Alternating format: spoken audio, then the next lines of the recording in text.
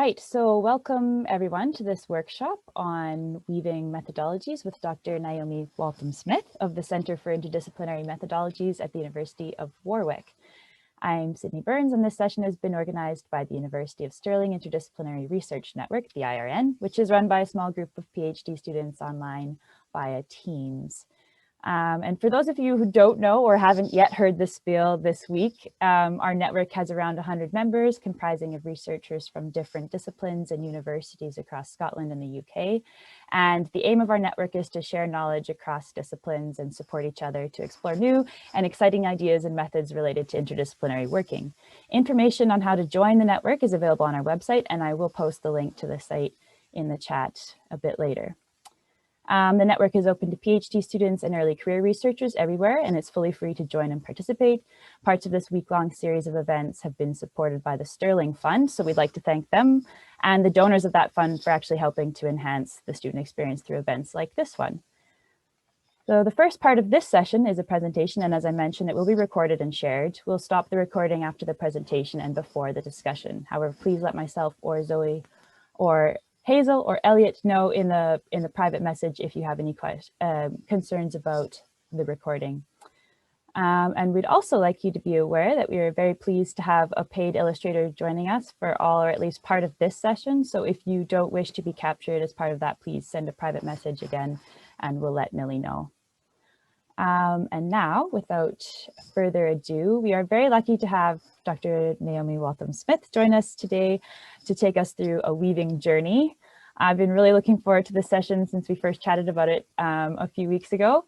And Naomi has a fascinating take on this idea of weaving that I'm still kind of wrapping my head around, which is very exciting. So I'll now pass over to her to introduce herself a bit more and to get started with this session. Thanks so much, Sydney, and really the pleasure is all mine. I was incredibly excited when an email arrived in my inbox about this, and when she mentioned this word weaving, which immediately captured my imagination because of some of the texts that I was working on at the time, and it encouraged me to kind of take this notion of weaving from within the kind of context I was working and to really think about it as at a more meta level as something to do with how we talk about methodologies. So not just like within that scope, but like above it as a kind of meta methodological question. So I'm going to explain a little bit about my background, and then I've got some slides that I'm going to share, and you'll find out a little bit more about my own disciplinary weave or warp, if you like, as we go, because I will be using that as an example. So I have a sort of joint, rather maybe somewhat contradictory background in both music studies, which rapidly expanded into the sort of burgeoning area of sound studies, so not just music, but sound more generally. And that area was already kind of interdisciplinary in a way, cutting across not just in musicology, but also ethnomusicology, of course, but then fields as diverse as literary studies and acoustic ecology, bioacoustics, geography, science and technology studies, cultural studies, media studies. So it was already an interdisciplinary frame. And then to complicate that even further, I'm making this textile already very complicated. My other half of my background is in Continental philosophy, particularly in French thought from the 20th and 21st centuries, and some German and Italian thought as well. And I will say a little bit more about like what it means to bring those things together later on by way of example. But I think at this stage, I'm going to try and hopefully manage to get the screen sharing to work. And I will also just refer to that, draw our attention to the fact that this morning, as we were preparing, we did find a nice weave for the background today in multiple colors, hopefully to cheer us up and to be on topic. So hopefully this will work. Sydney, perhaps you can just confirm for me, are you able to see my slides? Brilliant, excellent. So this is me and some illustrations of some threads which are a kind of starting point for weaving. But I'm going to take you straight into some of those texts where I found references, metaphors of weaving. And these were texts I was working on and have been working on for a little bit of time. They are a conversation between two French philosophers, between Jacques Derrida and another philosopher who came to be his friend, who's also a novelist, a playwright, Hélène Cixous. And so this is kind of what Derrida says. He makes a few points and he comments that he's making to her, writing in a response to a text. And I'm going to read some of these and then kind of gloss them and try and get us to think about them. I know a lot of you probably here are not literary critics or philosophers, so kind of bear with me, and I'm also going to try and make this accessible and fun as well. So this is what Derrida says to Cixous. You're dreaming of taking on a braid or a weave, a warp or a woof, but without being sure of the textile to come, if there is one, if any remains, and without knowing if what remains to come will still deserve the name of text, especially of the text in the figure of a textile. So it's a long-standing kind of metaphor in Derrida's work, going back to some of his earliest writings in the late 60s and early 70s, that he uses this idea of the text as a textile. But when he reads Cixous sometime later, I think he realizes that there's something even more to this, and he develops it in a number of directions, using this word braid that she uses in some of her fictional writings. And so he develops this a little bit further and says the braid of phonemes, so a phoneme is a sounding element of a word or part of a word, is not always invisible, but primarily it gives itself to be heard. It is knotted out of sight, becoming thus a thing of myopia and blindness. More obvious to the blind, it remains forever, like the warp of this text. You must know it, untranslatable. So this quotation really struck with me because I'm someone who works on sound. So what I found really intriguing was this idea that the weave is in fact not something visible like my background here with the multicolored threads, but is something that is a weave of different kinds of sounds. And he's saying that Cixous' writing is like this kind of weave of loads of different kind of sonorous elements, which tends to kind of go beyond the visual in some way. So this had a particular appeal to me. It may have less appeal to those of you who work maybe in more visual discourses. But the second part of this, I think, is quite interesting, because he takes blindness to mean untranslatable. So it would be impossible to kind of translate a particular textile into another one. So in other words, he's saying that the particular kind of combination of threads, the way they're brought together, is something very singular, something very unique, something very distinctive that can't simply be repeated or easily translated into other terms. And I'd like you to kind of hold on to that idea when you begin to analyze your own textiles in your own work, to think about, can you translate those particular combinations of different threads for other people? Can you translate them perhaps between disciplines, or can you translate the entire interdisciplinary textile for other people who maybe have different interdisciplinary textiles? So these questions, I think, are quite interesting about the sort of uniqueness, if you like, the singularity of the particular combination of threads that make up interdisciplinarity. And then finally, in this passage, this text, un ver à soi, a silkworm of one's own, he says, don't lose the thread, not one thread. She, another said, remember Penelope? It's a reference to Greek myth. One thread runs through this braid, one thread she never loses, the thinnest. So I thought this is another interesting idea. If we're thinking about our interdisciplinary methodologies as something that is made up of loads of different kinds of threads, and we'll come to like whether that analogy works and how it works in a moment. But if we are thinking of them like that, not only is that complexity untranslatable, Derrida suggests. But also there is still a thread, one perhaps that we shouldn't lose or lose sight of, that we need to hold on to. But he also suggests it might be the thinnest thread that runs through the middle of a quite complex braid. So that might be something to think about as well. Once we start to think about our own individual textiles in our work, if you can go with that metaphor for this workshop, then would there be like a thinnest thread that holds it all together, or that you can't lose sight of for you? And what role does that play then in relation to all of the others? So just a little bit more Derrida, and then we will move into more practical exercises. But I think it's, even if you're not from this kind of background, I think these are quite fun texts in a way. You're probably thinking she's crazy. But I think they are quite fun texts in the sense that they're quite literary, they're quite poetic, they're quite colorful. They're not like dry, like a lot of philosophy can be. And they're quite like full of imagination, I think. So here Derrida, in a different book, is again writing about Cixous. And here he's paraphrasing a passage from one of her novels, which is talking about a vital bond or a kind of link. And she's talking specifically to recalling the recently dead and having a kind of connection with them. And so he says, this vital bond will be metamorphosed as if by an enchantment from the lock of hair.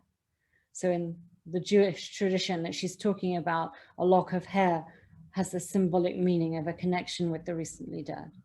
So from the lock of hair into a telephone wire, into a telephone cord, into a telegraphic and therefore telepathic wire, into a braid of name, or into the wire of a funambulist or of an acrobatic trapeze artist.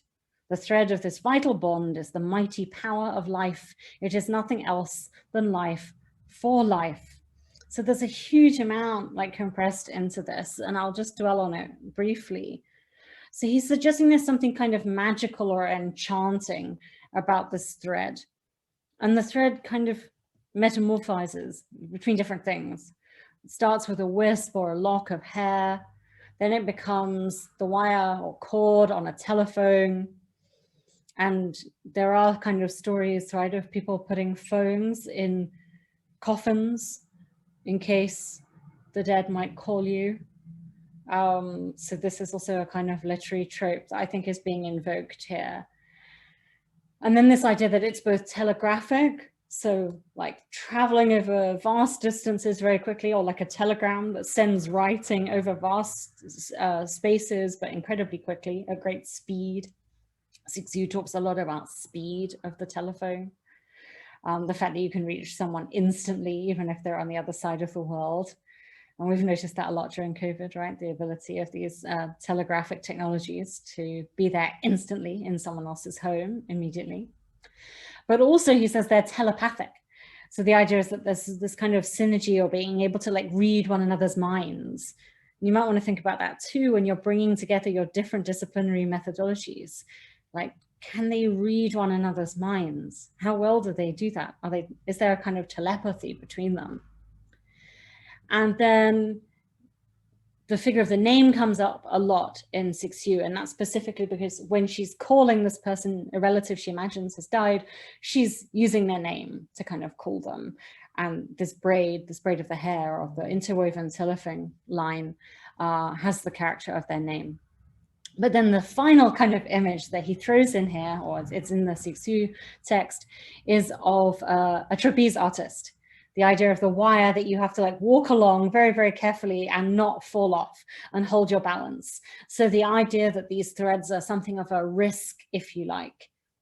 And I think then in the last sentence, the one that is not spoken out loud, but is this idea of the bond or the line, the thread as a kind of life force. Maybe we might think of the umbilical cord here, connecting mother to child. And that's certainly strongly implied in these texts. And then finally, he suggests that it's nothing else than life for life. And one of his biggest arguments is that with this braiding, where you're crisscrossing and switching one thread for another, that it's always a constant process of displacing one with another and substituting one for another. And we will come to thinking about this when you think of the threads that make up your textile. So when you thread together something in a textile, one piece goes over and maybe then under another one, or it gets tied around perhaps. So there's this always like, when you go up and over, one gets pushed down, one gets pushed maybe to the side. So there's this constant kind of tension of substituting one thread for another, even as they are being brought together. And I think we might like to think about how that is a metaphor for the way in which we negotiate between the different methodologies that we use when we're bringing them together in an interdisciplinary context. That at times they come together precisely by sort of displacing or pushing one another out of the way, very subtly perhaps, but this subtle kind of little dynamic, if you like, of substitution that is happening perhaps at quite high speed in order to hold perhaps two quite different methodologies together. And then finally, just to give you a bit more background for the inspiration for the rest of this workshop, Derrida goes on to describe the text as the thread as something that is both very idiomatic and irreplaceable, so something very unique, but then also something that knots itself and binds itself to the memory of all the immemorial braids, he says, to the histories or stories, the mythemes, the philosophemes, to all the tropes that not only twist and turn like braids, but immemorially will have woven the history of the braid with the history of nomination, that is of naming, and the history of naming with the history of generations, or with the thread of filiations, in short, with history. So the idea here is the thread, when it's woven together, forms a kind of historical developed kind of thread. It isn't a simple monolithic trajectory through history, but there are lots of historical entanglements. So that's the kind of last idea I wanted to bring in here, is that even if we're using an interdisciplinary methodology very much like in the present, they all have a kind of history. And in that history, they've been entangled, wound together with different things, perhaps ones that were not used more recently, but have a kind of history of being braided together in some way. So the really crucial thing here about threads is that they're not just the particular kinds of combinations of textile that we have in the present, but also that they have different historical kind of combinations, and the threads may have changed. So we can imagine if we've got a kind of textile, maybe of like philosophy and music coming together at different points in the history of those disciplines, I mean, in those cases, going all the way back to ancient Greece, we will see different combinations. And we can imagine, if you like, the textile being like unpicked, perhaps, certain threads being removed, new threads being put in, something being overwoven, kind of a bit like recycled in some way. So imagining all of those things of like reusing a fabric and changing it. Perhaps like putting it in new patchworks, all these kinds of things that might happen. So we're going to move away from Derrida, you'll all be relieved to hear, and we will instead talk a little bit more practically. So from these philosophical texts, I drew out a few threads, if you like. So the idea of what a methodological thread is. So it has this kind of linear component, but one that can also move and kind of detour. It doesn't have to go in a straight line, as you can see in this image in the slide. So the methodological thread can be many things, and a few ideas, this is not an exhaustive list, is that the methodological thread can be a connection between things. It can tie two things together, potentially over very long distances, if we think of telephone cables under the sea connecting all around the world under European imperialism. And so it can traverse this space and time.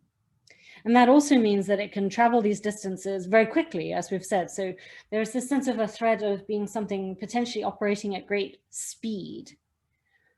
But also there's this notion that there's something risky, right? When you're on the telephone, you might lose the connection or like someone might accidentally overhear, there might be a wiretap on the line, or we may lose the internet connection, which would really scupper this talk if I did that, and Sydney would have even more editing to do. So there's this element of risk that is summed up in this idea of the trapeze artist walking on such a narrow thread. So you can also maybe think about a textile becoming very threadbare, maybe that thinnest thread just having to hold it all together over time before you kind of weave in new ones to patch it up, perhaps. Then there's also this idea of a methodological thread as something, a life force, and you may think, oh, how does that apply to like interdisciplinary methods? And I was like, well, maybe it's like the animating force, right? The thing that drives or kind of motivates, even if it doesn't literally keep something alive, it's the thing that drives, animates, keeps alive your thinking in a particular direction. And then there's also this idea of substitution that I've mentioned, of one thread kind of pushing the other out of the way, if only minimally.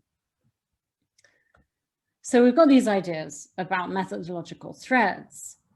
And then I think you've already got, I'm beginning to push towards this, but just to spell it out a little bit more clearly, I'm suggesting that we think of our interdisciplinary methodologies as kinds of assemblage or kinds of combination, and specifically using the metaphor of weaving, that we think about them as textiles. And if you're the kind of person who does have a visual imagination, I encourage you at this point, really think about like, what would your methodologies look like if they had to be like a swatch, like the kind you'd have for curtains or sofas, fabric, or something like that. If you imagine your methodologies that you use as a kind of textile. And then if we kind of zoom in a little bit, we begin to look at the features of those textiles. So these methodologies then are not simply one monolithic thread, but themselves contain various entanglements, threads tied together, crisscrossing one another in some way. And they might be kind of loose, or they might be sort of knotted together, right? So like they might be like the tassels on the end of a rug, really tightly knotted together, or a really tight weave where you can scarcely see the differences between them. And if you were really to go under a microscope, it would look like a tiny series of knots. But also there are kind of force fields, right? With some threads pulling one way, perhaps others at 90 degrees, potentially others at 45 degrees again, up and down tensions as they go over one another, displacing one another, pushing them up or down to the side, and so on. And then the kind of final idea that comes, in fact, from Cixou's text, to which Derrida is responding in A Silkworm of One's Own. Her own text is called voile, which means veil. And here we can have this idea that when you've got this textile, it might almost be like a thin veil, or neckerchief or a headscarf or something like that. This is the way in which Cixou uses that word veil. And in that way, it kind of obscures certain things, or it protects them, shields them, and covers them. So I might be pushing this a little bit further, but I was taking this metaphor as far as it can go. What would it mean to think about interdisciplinary methodologies as providing some kind of, either secrecy or perhaps less sinisterly, modesty, right? So we can think of the veil in kind of multiple ways, but that they may function like this, or something protective, even like a shroud, perhaps, given some of the other contexts in these texts. So I'm going to make this a little bit more concrete, get away from the abstract metaphors. You'll forgive me, I'm a philosopher, so I do, as you've probably just seen, I do tend to think quite abstractly first. But I'm going to give you an introduction, something concrete, and I'm going to use my own research as a kind of example. And then you'll be going out into breakout rooms very soon to do this with your own individual methodologies. So my own methodological threads, I'm sorry, these are not multicolored balls. I don't have the right image, but I have three. Music analysis on the left. And this is a subset, I guess, of music studies And it's a part of music studies that looks at the structures and forms of musical pieces, but it also looks at like how we listen, like what is our attention like as we are listening through a piece of music. It looks at the kind of cognitive sides of that, but it looks at the relationship between the form of a piece of music as it unfolds over time and our relation to it in terms of how we listen. And as a discipline, it has frequently theorized, in effect, how we listen, how we construct images in our heads, how we construct those representations of pieces of music as they unfold in time. So that's kind of why I have that ball, if you like, in my basket. And then in the middle, we have sound studies, which is already this complex, very multicolored, very variegated, burgeoning kind of space, although people have been saying it's been burgeoning for a few decades now. So I wonder at what point it becomes established. But it's something of an assumption that it's always on the way and hasn't yet arrived. And it includes really studying anything that sounds from multiple disciplinary perspectives. So it's already quite a complicated methodological thread that I'm bringing in. And then the last one is Continental philosophy, which has a lot of established kind of sub-disciplines within it: hermeneutics, phenomenology, existentialism, post-structuralism, deconstruction, and so on. Has an established sort of canon, if you like, or tradition of thinkers, but it also has an established set of critiques, if you like. It has these long and kind of complex histories, perhaps even more so than music analysis. So we've got all of that to bring in. That's in my basket that I'm going to start before I create my tapestry. So as you already guessed, each of those, as I said, they're not single color threads. They're actually multicolored textiles. I'm not sure which one this is. I just thought it was a nice image, but you can see like when you get close up to a textile, it's not a single color, it's not a single thread, and it has a kind of uneven rhythm, if you like, of the way these are integrated. So this sort of spacing of the pink that cuts across, but then the stripes in other directions. So there's lots of complications here within each methodology. And that's what I'm going to suggest, that's what we do today, that we get like really zoomed in and we look at each of our methodologies and we analyze all of the threads that make them up. And then we gradually zoom out and begin to see how we can synthesize those, how we bring together different methodologies based upon their constituent threads. And that might mean like taking one thread out of one textile and looping it in and using it to connect others, or seeing ways of either stitching them together or reweaving them together in some way. So that's what we're going to be doing. So this is my suggestion. This is a non-exhaustive list. If you have other categories of things that make up your weave, that's fine. And you can add them when you have your worksheet. But these were some things I thought about that make up a methodology. So maybe it's worth saying sort of briefly that I'm using this term methodology because that's what we're talking about this week and in this session, but also because a methodology has a kind of logic or coherence, it's a kind of already an assemblage, and it's not simply just a method. A methodology might comprise multiple methods, a set of related methods. It might even just include one primary method, but within a kind of coherent system of ideas. So methodology always has this, it's got that logic, that logos in it. So it's the logic of using methods or the coherence in some way of methods. And I'd suggest this is made up from the histories. So the histories of the discipline, perhaps the histories of the method as it's evolved and developed. It could be the history of the technologies that enabled a particular discipline to come into being. You know, in my case, the recording technologies became really important for developing certain kinds of subdisciplines within music and sound studies. Without the phonograph, we wouldn't have some of these disciplinary approaches. Without the field recorder, we wouldn't have certain approaches and so on. But then also part of these methodological weaves include assumptions. And this is where it gets really good to stop and think about what are the assumptions in a particular disciplinary methodology. they're shaped by the discipline, but they may be also shaped by the methodological assemblage as well.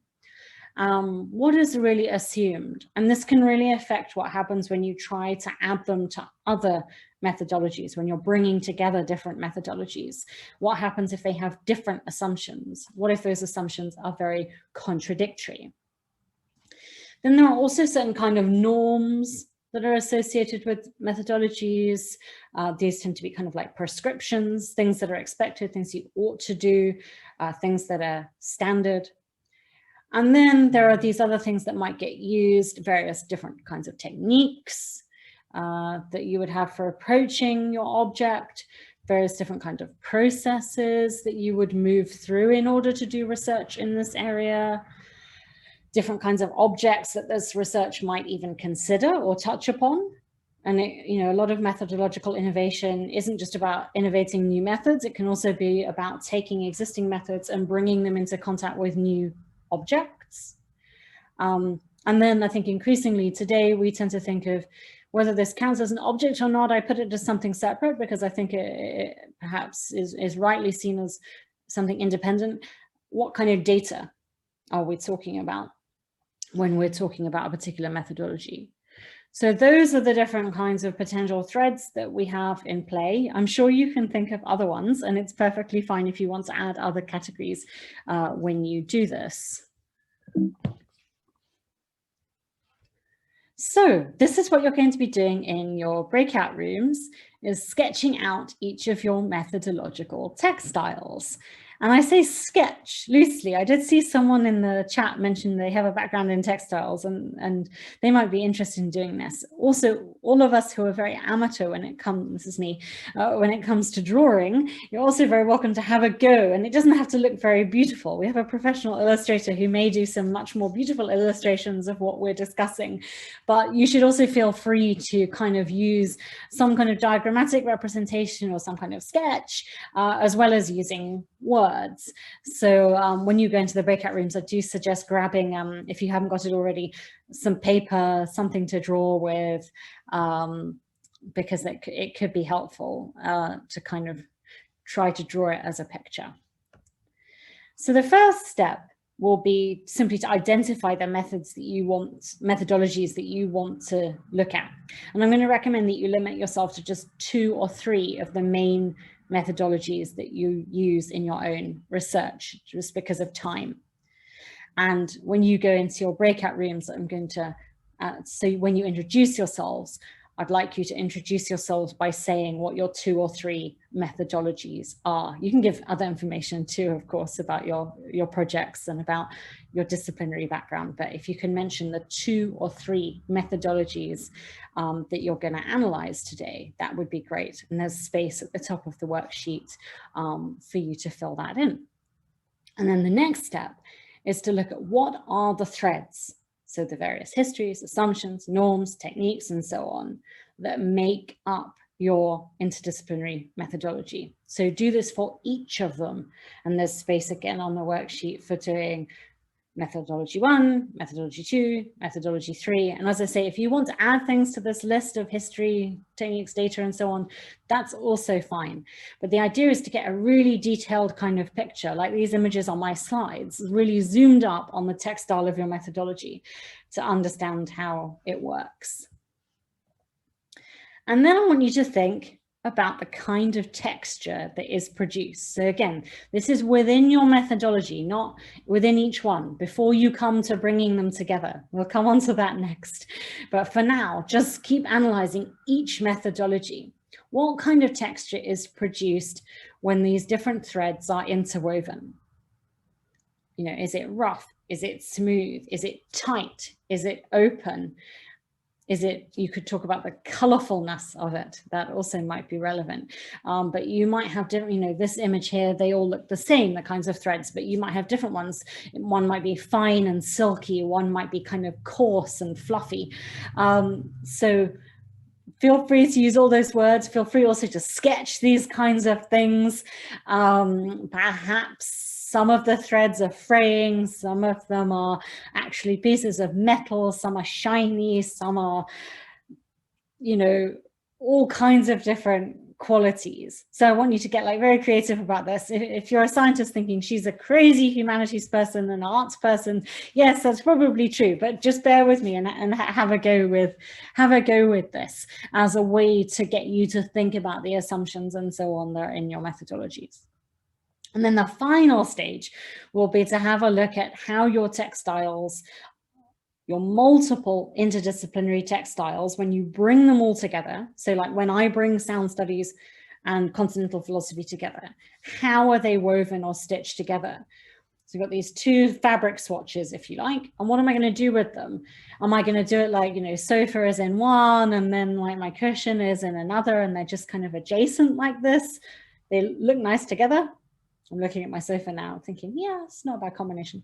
Or am I going to do something a bit more kind of upcycled with them and kind of like reclaim the fabrics, try and bring them together? Am I maybe going to stitch them on top of each other or cut them into pieces and make a patchwork? Or do I do them back to back? Like, do they reinforce one another in this way? Like, how am I actually putting my different interdisciplinary methodologies together? And I think, I'm not sure how much people think about this. They just assume that they go together. But you might ask, well, how? Maybe there's like a pink thread in one and a pink thread in the other. And one way would be to unpick some of those and to kind of knot or tie them together.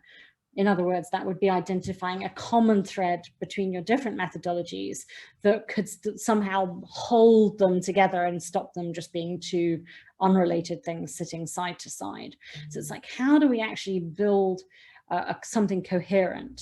And we might need to do some reweaving, right? We might need maybe to get rid of some of the norms in one of our interdisciplinary methodologies in order to make it work with another one. So we might need to do a bit of unpicking, perhaps remove some threads, add some other ones.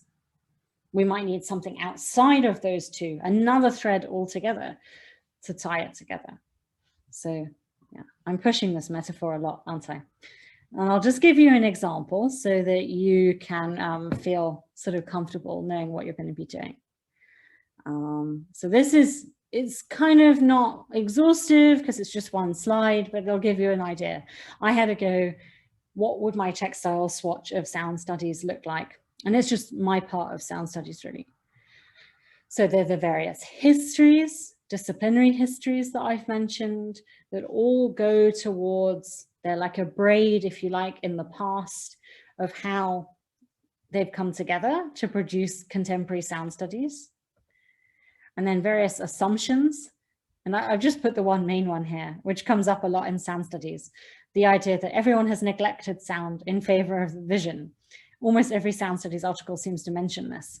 It's beginning to be criticized as a kind of a bit, not a very accurate assumption, or one that is a bit unhelpful or now becoming a bit cliched, but it's a sort of standard assumption. So think about within your own field, is there a similar kind of assumption that seems to be persistent? Norms. So sound, I think this part of sound studies is frequently saying, attend to the material qualities of things, be relational, think of sound as something that brings people together, that produces sympathy or resonance between things. Techniques, for me, this is field recording and also sound walks, which is a practice of walking around a space, listening, either a group or individually, recording or not at the same time. Processes, using sound editing and production perhaps as part of a methodology. What are the objects? Things like voices, musical instruments, sound reproduction technologies, could be other sources of sound. What are the kinds of data that I'm handling? Audio files, various measurements of sound like decibel measurements, also potentially sonifications of other data like climate data converted into sounds. So this is the kind of terrain. And then on the other hand, I've got my second swatch, which is like continental philosophy. And here we've got a different set of histories, a European canon, a set of authors, a set of philosophers that we consider as part of the continental philosophical canon, but also various obvious exclusions from that canon. and what I would call a sort of pseudo opposition, perhaps it's not as strong as it really is, to what is so-called analytic philosophy, as if they were like, you know, blood feuding enemies, which they are sometimes, but not always. What are the assumptions? Perhaps one of the worst things about philosophy is it tends to assume that it stands outside or above all other disciplines, that it's capable of commenting on any of them, critiquing any of them, doing the kind of work that I'm doing today, perhaps, of imagining that I can be meta, and talk about everything else. Norms within the Continental tradition, attention to history and material conditions, which supposedly get ignored in the analytic tradition. A norm of perhaps being politically engaged, maybe not always explicitly, but I think within this tradition, it's something that is considered quite prominent, or at least that there are political consequences to what you argue philosophically. Techniques might be critique, dialectics, hermeneutics or interpretation, deconstruction. Processes, reading, deliberately misreading, which I think has to be one of philosophy's primary kind of methods. Exegesis, supposedly explaining another philosopher's thoughts, though possibly via deliberate misreading. Producing new concepts. So these are the kinds of things philosophy does. Objects, anything. Philosophy thinks it can talk about anything, but in the Continental tradition, these things are often social or cultural or political. Data might be published text by philosophers, lectures that they've given, perhaps published or unpublished, other unpublished materials in archives, like letters or notes that might have been made by these thinkers. So there are my kind of swatches. And then I've highlighted some things moving on to the later part of the exercise of what happens when we bring them together. And this is definitely not exhaustive, and it was actually quite difficult. I was trying to think about, like, what is the texture of bringing together sound studies with continental philosophy? And I realized there are quite a lot of tensions, things that kind of pull in different directions between more empirical, speculative, between theory and practice, between something that's quite abstract, something that's material. And that gives I think this textile, bringing the two together, these two textiles would produce like really quite complex texture. And then the warp, when you're putting them together, would be quite loose or open, I think, because there's not an established history perhaps of bringing these two things together. So there's not already tight bonds. They work on sort of different domains and different levels of analysis. So it's kind of complicated to tie them together. One is more general, one more specific, one more temporal, one more transhistorical, one is very spatial, thinking about sound in concrete ways. The other tends to be quite universal, often not very localized in philosophy. So I think of like the tensions as being very contradictory, but also quite dynamic between them, constantly shifting, like the fabric constantly being rewoven. A scholar called Brandon LaBelle has described sound as promiscuous, which I think is quite a nice way of saying that it kind of disseminates and it's hard to contain, goes wherever it wants to. But philosophy has this tendency to want to dominate, tie something down, make it kind of logical, explain it. But it also, because it wants to explain everything, philosophy struggles to keep within any boundaries. It also becomes kind of promiscuous in its own way. So I think there's this interesting kind of good cop, bad cop, or kind of like complicated relationship between these two fields in terms of how they want to be more bounded or how they want to contain and control one another. And I can imagine that playing out in the kind of textile of maybe like wanting to tie things tightly, but then like unraveling and fraying at the same time, and then retying, fraying bits of threads and things like this that are going on. So yeah, fabric tending to fray. Philosophy tends to have to unpick itself in order to like extend to multiple domains, but it also uses the word sound a lot to describe what is like outside of philosophy, or what damages the fabric of the logos, what makes it kind of irrational or mad. Sound is frequently associated with madness in this tradition. So that's also quite interesting. What would a mad bit of the textile be? Like, how could we go crazy in designing our textiles? but I think they're also very interdependent. You know, they're kind of antagonists to one another, but they're kind of needed, all of these different elements. And maybe it's a little bit like a reworking a cat's cradle constantly going on between the two different kinds of tensions, and retying and creating new binds and so on. So that's my area. I'll admit that I found this harder than I thought I would when I decided to take on this topic and this analogy. But at this point, I'm going to invite you to start thinking of it yourself. I'm going to stop sharing. And I'm hoping, yes, Sydney has already, I didn't see this, but Sydney has already put the Word document, the worksheet, into the chat. So I'm hoping everyone can see that. You don't have to use it, but it's there as a kind of scaffold for you to type in and work through the exercise.